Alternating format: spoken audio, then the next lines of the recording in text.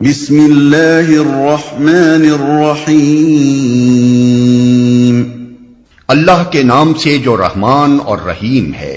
ولولا فضل اللہ علیک ورحمتہ لہمت طائفۃ منہم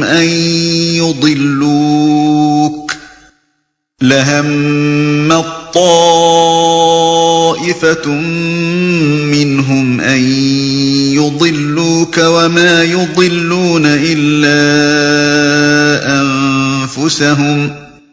وما يضرونك من شيء وأنزل الله عليك الكتاب والحكمة وعلمك ما لم تكن تعلم وَكَانَ فَضْلُ اللَّهِ عَلَيْكَ عَظِيمًا۔ اے نبی، اگر اللہ کا فضل تم پر نہ ہوتا اور اس کی رحمت تمہارے شامل حال نہ ہوتی تو ان میں سے ایک گروہ نے تو تمہیں غلط فہمی میں مبتلا کرنے کا فیصلہ کر ہی لیا تھا، حالانکہ در حقیقت وہ خود اپنے سوا کسی کو غلط فہمی میں مبتلا نہیں کر رہے تھے اور تمہارا کوئی نقصان نہ کر سکتے تھے۔ اللہ نے تم پر کتاب اور حکمت نازل کی ہے اور تم کو وہ کچھ بتایا ہے جو تمہیں معلوم نہ تھا، اور اس کا فضل تم پر بہت ہے اور تمہارا کوئی نقصان نہ کر سکتے تھے۔ یعنی اگر وہ غلط رودات پیش کر کے تمہیں غلط فہمی میں مبتلا کرنے میں کامیاب ہو بھی جاتے اور اپنے حق میں انصاف کے خلاف فیصلہ حاصل کر لیتے تو نقصان انہی کا تھا، تمہارا کچھ بھی نہ بگڑتا، کیونکہ خدا کے نزدیک مجرم وہ ہوتے نہ کہ تم۔ جو شخص حاکم کو دھوکہ دے کر اپنے حق میں غلط فیصلہ حاصل کرتا ہے،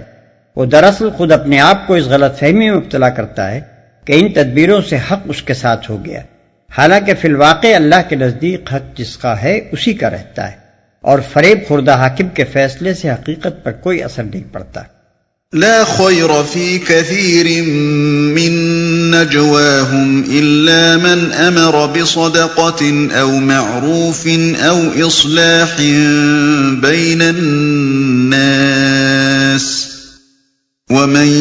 يفعل ذلك ابتغاء مرضات الله فسوف نؤتيه اجرا عظيما۔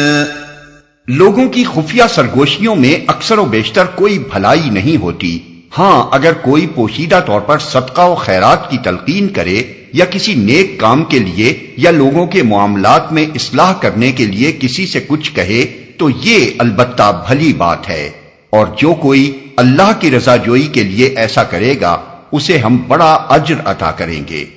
وَمَن يُشَاقِقِ الرَّسُولَ مِن بَعْدِ مَا تَبَيَّنَ لَهُ الْهُدَى وَيَتَّبِعْ غَيْرَ سَبِيلِ الْمُؤْمِنِينَ نُوَلِّهِ مَا تَوَلَّى وَنُصْلِهِ جَهَنَّمَ وَسَاءَتْ مَصِيرًا۔ مگر جو شخص رسول کی مخالفت پر کمر بستہ ہو اور اہل ایمان کی روش کے سوا کسی اور روش پر چلے، دراں حالے کے اس پر راہ راست واضح ہو چکی ہو، تو اس کو ہم اسی طرف چلائیں گے جدھر وہ خود پھر گیا، اور اسے جہنم میں جھونکیں گے جو بدترین جائے قرار ہے۔ اس کو ہم اسی طرف چلائیں گے جدھر وہ خود پھر گیا۔ جب مذکورہ بارہ مقدمہ میں وحی الہی کی بنا پر نبی صلی اللہ علیہ وسلم نے اس خائن مسلمان کے خلاف اور اس بے گناہ یہودی کے حق میں فیصلہ صادر فرما دیا تو اس منافق پر جاہلیت کا اس قدر سخت دورہ پڑا کہ وہ مدینے سے نکل کر اسلام اور نبی صلی اللہ علیہ وسلم کے دشمنوں کے پاس مکہ چلا گیا اور کھلم کھلا مخالفت پر آمادہ ہو گیا۔ اس آیت میں اس کی اسی حرکت کی طرف اشارہ ہے۔